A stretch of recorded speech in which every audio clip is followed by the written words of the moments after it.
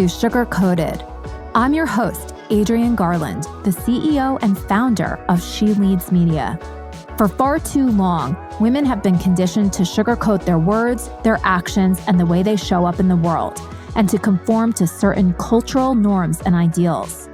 This is inherently designed to keep those who are outside of the norm from gaining power, prestige, wealth, and influence, preventing more women from being recognized and respected as the powerful leaders that we truly are.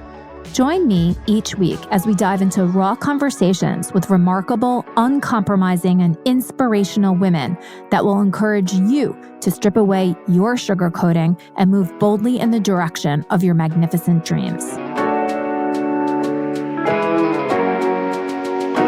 This episode is brought to you by She Leads Live. It's the conference for women entrepreneurs and leaders, taking place in New York City on November 10th and 11th, 2022. We cannot wait to see you there. We're coming back after a couple of years taking off, and we cannot wait to share our thoughts, our ideas, and network with all of you live in New York City. So go out and get your tickets today. You can go to sheleadsmedia.com and look for She Leads Live 2022, or you can go over to Eventbrite where the tickets are sold. Just search She Leads Media and look for She Leads Live 2022. See you then.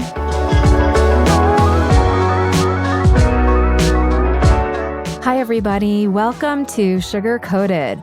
I'm very excited today to introduce my guest to you. Her name is Veronica Marquez, and she is the founder of Between Us. Welcome to Sugar Coated, Veronica. Thank you, Adrienne. I'm very happy to be here. Well, I'm so excited to have you here today, and also more excited that Yuri Chu-Su, who works for me and who was actually a recent guest on the Sugar Coated podcast, that she introduced me to you and to many other women that are absolutely incredible in the Las Comeres network that is based out of Miami, Florida. So I know that that's sort of how you met Yuri. I know that she was super impressed by you and everything that it is that you do around conversations.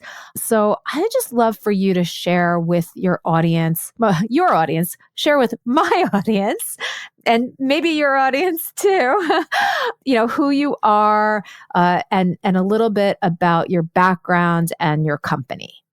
Wonderful.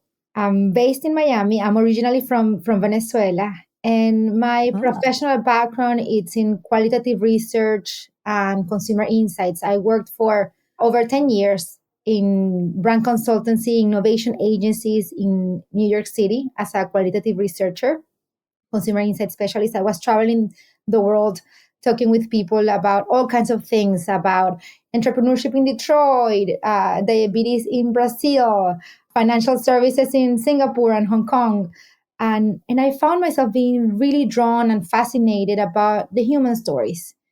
And I just wanted to continue the conversation. And it got to a point in my life when I was going through a personal crossroads. I had recently had my second child, and my world was upside down. And I know that this is a common experience for many women. And I was feeling lost in my confidence, and I knew that other women were probably experiencing the same. Also, women who were accomplished in their career, who had a rich life with their communities, with their families, or with their friends. And I wanted to go and have those deeper conversations about what was underneath the facades, the masks, or the different faces that we show to the world, but what was deeper inside. So I invited a group of women into my home in New York to do a little bit of an experiment and have a conversation about self-confidence, which was the conversation I was personally struggling with. And combining my research skills along with my desire for human understanding and connection and coaching, because along the way I got a coaching certification too. We had a really honest conversation about how are we experiencing confidence, or where are we doubting ourselves in our lives. And at the end of that night, I realized that all these women who I admired, I respected, and they were so accomplished. They were also struggling with their self confidence in the same way that I Yeah. was. And that was the seed that then grew into Dinner Confidential and eventually Between Us.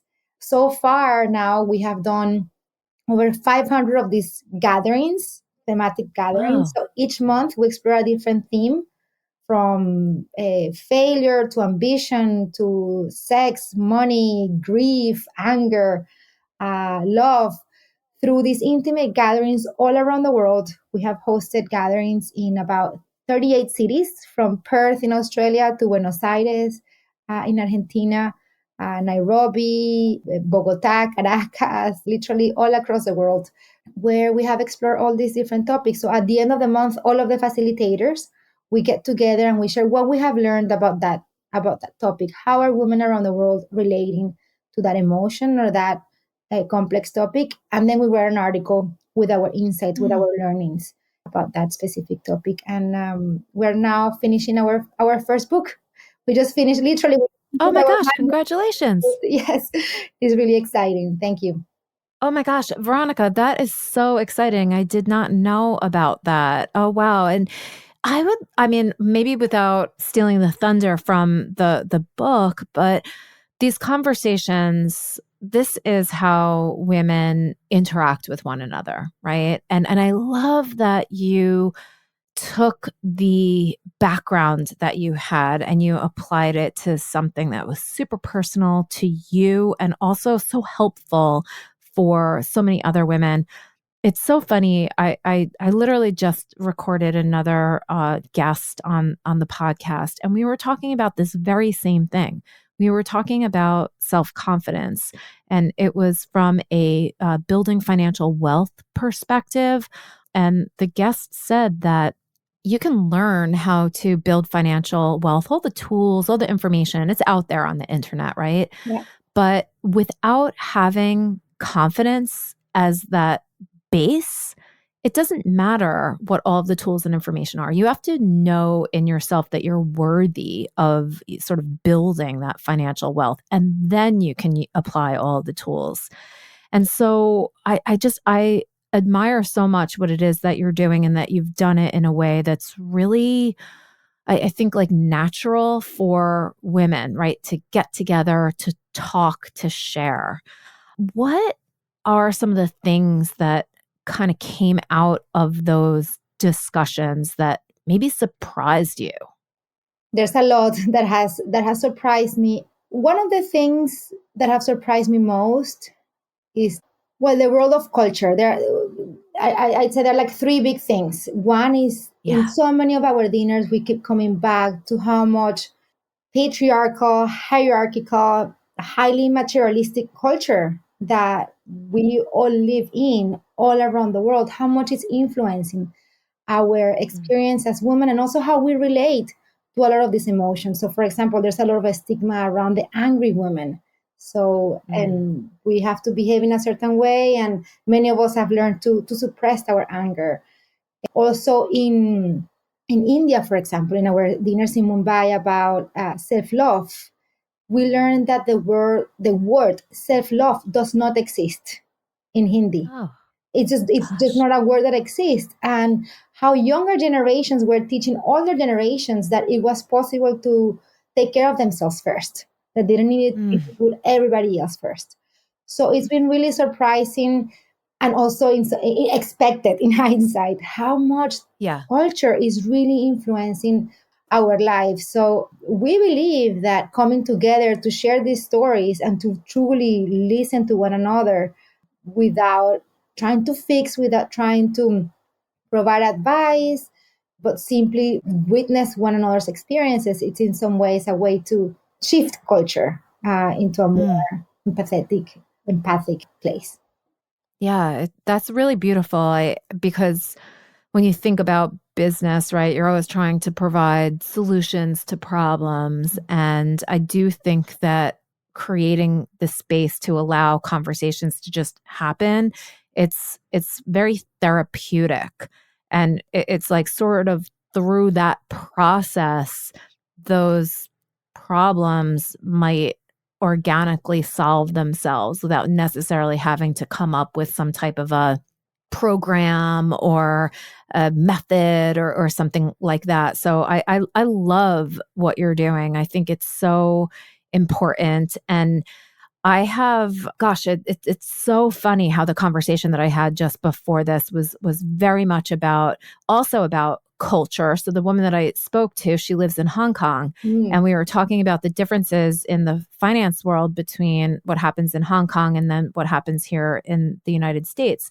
And in a lot of ways, Hong Kong is much more advanced than we are. They actually, even though there's still, issues and things like that, some of the things that don't exist there that exist here, like a man won't necessarily promote you if they think that your husband is, the breadwinner, because you're already making money through him. So why should we, advance you? That doesn't happen in Hong Kong, she was mm. saying.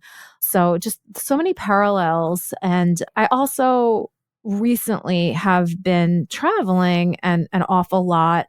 I do some work with Rice University in Texas, and I am a faculty member for this program that they run called the Global Field Experience. And they take their MBA students to different countries, and we work with startup businesses in that country. So I actually just got back a couple days ago from Santiago, Chile, and also had been in the beginning of the year in Lima, Peru, and then I was in Berlin, Germany. And it is so eye-opening how culture affects everything when it comes to business, right? Everything. Everything, absolute, to business and to life and to absolutely And to everything. life. Yeah. And you can, from wherever you are, you can look out and say, "Oh, I understand that the culture is different." But unless you really truly understand like how culture is expressed, and it's in everything that you do, and it is embedded in you, and you don't realize how much it affects you. And I think all women almost have the common experience of living in this world that is very patriarchal. And we don't even realize how that impacts us. Absolutely. One of the questions, one of the most popular questions that we ask around our dinners, because usually we have about three questions that everybody around the world is reflecting on and then sharing and on their dinner table, and that we also include in the book, are around what are the cultural narratives and what are the cultural stereotypes that exist Yeah. in your culture, in your country, around that specific idea, around that specific topic, around that specific emotion, and how what from those narratives you still carry within you, what continues to influence you in how you relate to that emotion. And it's so much, for example, in our dinners in Tokyo on failure, the women there were having a really hard time trying to find a way in which they felt that they could fail, because the way Yeah. from the stories that I heard, from the way women are portrayed in the media, to the expectations that society and family have around how women need to be Mm. performing personally and professionally at a certain level, where there's really not much room for failure, and just the amount of pressure that Mm. creates, and the Achilles Yeah. creativity in some ways for some people. Yeah, and it we put this box around ourselves and don't realize that there are other ways, and there are other ways of being, because once sometimes when we try to break out of those boxes, we get slapped down and we're told to go back into our box. I have hope that some of the things that are holding us back as women, that we're starting to bring them to awareness, and I hope that they're starting to change. But all of this, what you're talking about, it has such a detrimental impact on our self-esteem and our self-confidence. Like, how do we take this knowledge and this learning and this shared experience and almost give ourselves grace, and not allow ourselves to fall into, this cycle of feeling bad about ourselves? Yeah, absolutely. And I think that's why I'm so passionate about women coming together to share their stories, because the more we share our stories and the more we listen both to our stories, because sometimes we don't even we don't listen to our own stories and listen to other people's stories, then we the more we remember, one, that we are not alone. That's the biggest thing that keeps coming up dinner after dinner. Mm. I thought I was the only one, and I think we have heard that so many times that it's easy to disregard or think of it as a cliche, but truly it is really so profound when you are seeing other women there who you don't know most of the time and whom already come with such interesting experiences, interesting life experiences, to hear how they are navigating some of the complex emotions or situations that we all go through. It's really inspiring to remember that we are not alone, and that gives us more of that courage to speak up for the Yeah. things that matter to us. So that's one way, and the way that we're going through inspiring more of these conversations to continue to gain that courage and that true inner confidence, not confidence to in a way that we're feeling bigger than someone else, which I think confidence can be interpreted in that way, and that can be more associated with arrogance, but that true inner confidence, which comes from knowing really who we are. Yeah. It's so interesting. I think that when you're doing what you're doing and bringing people together, like on a person to person level, it's a very different experience than what we all seem to have when we're consuming media or social media, right? Yeah, It's we see this ideal, if it is ideal, or people doing these things, and a lot of people that I know say to ourselves, we're not like that. And so to be able to sit around a table sharing a beautiful meal with other really incredible women, and just knowing that these, even if you don't know them, they're sort of your people, that is really reassuring. So I hear you that it might feel cliche to say, oh, I didn't know there was anybody out there like that. But we truly do feel like, especially because we're bombarded with this imagery, we do feel very alone. absolutely. And social media is another one of those themes that keeps coming up in so many of our Yeah. dinners, and this really complex relationship that we have with social media, because what we are seeing there, we know intellectually that is not the truth, is not the full truth of other Right. people's experiences, yet it's hard for the mind not to compare. It's hard for the Yeah. mind not to go through those loops of what ifs, or obsessively just scrolling to just Yes. like stalking that person that triggers us. So we all go through those behaviors when we've hosted our dinners on social media. We've hosted a couple of those. We did an exercise where we had to consciously scroll through our Mm. feed and just take a moment to really read through everything, and then we realized what a different experience it was to actually open Instagram or LinkedIn or whatever social media that we're using, and really taking the time to read and to see, instead of just consuming so quickly. Yeah. That was to the hyperactivity and the stress. So I think I lost track to where we were before, but social media is a big topic that we keep talking about, and yeah, it's very challenging. We could have a whole conversation about social media and how that has led to Yeah. a lot more disconnection for many people. Yeah, I think with social media we have to use it for we have to use it instead of being used by it. And I think that that exercise that you just talked about maybe tries to train our mind to look at it from a different perspective. I know that there are some accounts or whatever that were triggering to me, inspiring on the one hand, because I'm like, oh, they're doing great things, but also triggering like, oh, I don't think I could do that. And so what I've been doing lately is just unfollowing, or just not looking or not even reading, even if it seems inspiring, if it triggers me, I'm not even looking at it anymore, because I don't even know if I want to explore why I'm being triggered by it because I just don't even want that feeling anymore.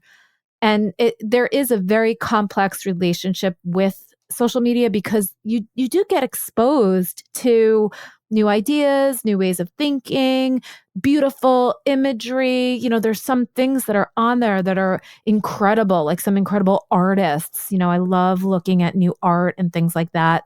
But once it starts getting over into the, ooh, I could never do that. That's when I unfollow. Yeah, And that's great. even if it's people that I actually like, but for some reason it's triggering, I unfollow them. I think that's proper social media hygiene. So Yes. important, social media hygiene. I Absolutely. love that. I love that. That's so good. So I have two questions, just, tactical questions. When you were doing these and you're still continuing to do these dinners, are you doing these in person? We're doing them in person. Yeah, during the pandemic, we Wow. moved to digital for some time, and then Yeah. slowly we started to do them back in person. But I do them in Miami. Well, I was doing them in New York first when I was living there, but about 4 years ago, I moved to Miami. So I started doing them here, and yeah, people are doing them all around the world, mostly in person. That's amazing. So you get people that are in these different countries to sort of host the dinners in person there. So you're not flying to Tokyo. Yeah, no, I am not. So basically, after I was doing the dinners in New York, this experiment really that I didn't know where it was gonna go to. After about 7 months, I didn't even know the woman that were coming into my house anymore. It had grown through word of mouth, and at that point, I realized, okay, well, this needs some structure, and I realized there was a potential for this to become something bigger. And I knew that it was quite ambitious, what I had in my mind to really understand the spectrum of the feminine experience. But because I've been doing that as a little bit of an experiment and I was getting positive feedback from the people that were coming to those dinners, I kind of gained that courage to give it a try. So I partnered with two colleagues, and the three of us, we decided to turn this into a global initiative where we Wow. invited through our own networks, through research, because the companies that I used to work in New York were international company. So through our own network of researchers, coaches, therapists, facilitators, we started to reach out to different women that we thought could be great facilitators. And from there it's just started to grow and grow and grow, and here we are. Amazing. Amazing. So a book is on the horizon. Yes. Do you have any other plans to kind of showcase some of this information with the world? Because yeah, we know it when we come together in groups, but we need to also amplify that, right? We need to get this out there in a much bigger way. Yeah, well, definitely the book it's our biggest big project that we're working on right now, and it's a collaborative group. So it's over 13 of us who are working on it, Wow. and it's been a truly beautiful shared leadership experience. And throughout those dinners, we realized that what are the challenges that we face in having these hard conversations? We all want to be able to have conversations around grief or around failure, but what's getting in the way? And why is it so hard to open up? And why is it so hard to listen? So we've learned a lot over the last four Mm. years. And we've also hosted some dinners on very highly sensitive topics like pro Trump, anti Trump, pro life, pro choice. Wow. And bringing people together with completely different views to really listen to one another. And that has been just deeply moving for me to be able to facilitate Yeah. those conversations, and challenging as well, as you can probably imagine. And so from all of that, we realized that we want to also be teaching and practicing and imparting more communication tools, Mm. relational tools that can help people to have more of these complex conversations within their businesses, within their families, within themselves. So right now we're doing also a global study around disagreements, helping Mm. people have better disagreements. So couples, business partners, family members, World leaders. world leaders. That would be that's the dream. That's the dream. Yeah. I fantasize. I generally fantasize of moderating a political debate or Yeah. through a whole different way of listening, pausing, self and co-regulation check-ins to ensure that Mm, we are listening to one another and that we are relating from a more centered, calm place. So we are right now doing that global study, and people are going through a framework that we have designed mm. to have those disagreements and to have those challenging conversations. So for me, the passion is to how can we be having more of these complex discussions, complex conversations in more curious, open, confident, compassionate ways. Yeah. I love this. And you can just see how it can broaden from here. I think that women, we can have those complex discussions because I think that we ultimately want to connect with one another. Not that there can't be disagreements, but and not that it might not blow up sometimes, but I think as women we have a greater driving force to connect with one another. It'd be so interesting to eventually see how these communication styles can be taught to people that are at very different ends of the spectrum and also different genders, different cultures, right? That is what is going to ultimately bring us together is the ability to talk and not try to win at a conversation or to get everything that we want out of the conversation by dominating the other party. And I think that's what the world needs. That's what the world needs. Where there's a story that has been guiding our work, that guides our book, and that guides all the work that we're doing. And it's from the Cherokee community here in the US. And the Cherokee community, they talk, and we learn about this story from Lynn Twist, who's the author of The Soul of Money and a philanthropist as well. So Mm, the story goes that they talked about humanity as a bird, and the bird has two wings, one masculine and one feminine.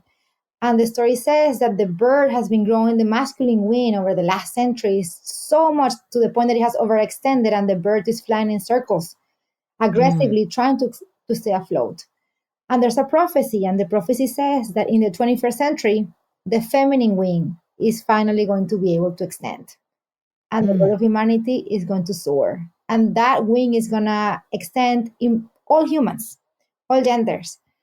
And that's such a beautiful story. So this work, it's about how can we be relating from this more integrated place, that mm, it has the masculine qualities of standing strongly for what we believe, for what we think, and really asserting ourselves, and then also having the humility to listen, having mm, the compassion to try to understand. And it's at this intersection really where we can humanize one another, we can dismantle the power dynamics that exist in our society today, and then we can start to truly relate as equal in our worth as human beings. amazing. I mean, I'm speechless. I feel that so hard.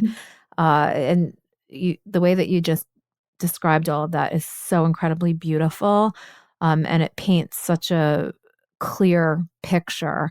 And it's my hope that really does come to pass because we certainly need something to heal ourselves. It's been rough for everybody. Yeah. And, I really am a huge fan of the work that you're doing and the mission behind it and the impact that it can ultimately have. So, how can people support you? How can people get involved? How can people learn more about all the work that it is that you're doing? Few places. You can come to our website, everythingbetweenus.com. Also, you can check our Instagram page, everything underscore between us.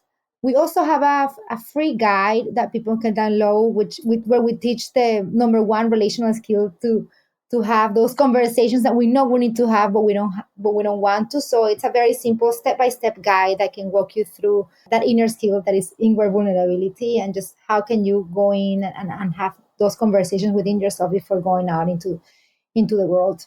And yeah, I think those are the main places. Amazing. Do you also encourage people to almost invite others like into their home to have conversations like this? And can you provide any like tips around Oh, doing something like this? yes, yes, yes, absolutely. Actually, there are two more ways you can get involved and facilitate your own dinners for sure. Okay, You can great. apply to become a host, and then you can also join the Healthiest Agreements study if you want to participate and learn this method of how to have hard conversations with someone that is close to you. So you can participate in this study. I can give you the links, and maybe you can add them in Yes. the show notes. Yeah, please share all the links. We'll put everything in the show notes, including how to get in touch with you. And then also the Soul of Money was another resource that it sounded like would like to share with people. So we'll include that as well. Great, thank you. So, in terms of tips, so in the book, we're going to have actually a step by step guide because there are a lot of different pieces. But just very brief, if you're curious, just invite a group of people, and it doesn't have to be only women. It can be whomever, right? Find like 5 people. Find a topic that you're personally chewing on, struggling with, that you would like to get other people's perspectives, and Mm. invite them for a conversation around that specific topic. We have to be specific, because I try to have those conversations, and you know how it goes. We start talking about binge watching something, to politics, to the topic that we wanted to talk about. So make it intentional. Like, invite people Mm. to have that particular conversation with a very clear intention of what's the invitation, and then give them some prompts or questions that people can reflect on, so they will know that it's not only one person opening up, but that everybody's going to be reflecting on the same questions Mm. that you can provide. And then be a role model. So be the first one perhaps to open up, and remember that vulnerability is contagious. When one person Mm. opens up, if you have some agreements in that space around intentionality, around confidentiality, you may be surprised that other people may also want to be opening up too. Thank you so much. This has been such a beautiful conversation. I'm so happy that you were able to come on the show and share the work that it is that you're doing, and just incredible things that you're doing in the world. And I can't wait until the book comes out. So please let me know as soon as it comes out. And I think that probably a lot of women that are in the She Leads Media community, and also just part of the listening base to the Sugar Coated podcast, would probably be very interested in becoming facilitators. So you might get a flood of people coming in after they listen to this podcast. So thank you so much, Veronica. It has been such a pleasure. Thank you so much, Renee. It's lovely, lovely to meet you and connect with you. Thank you. Bye-bye. Bye.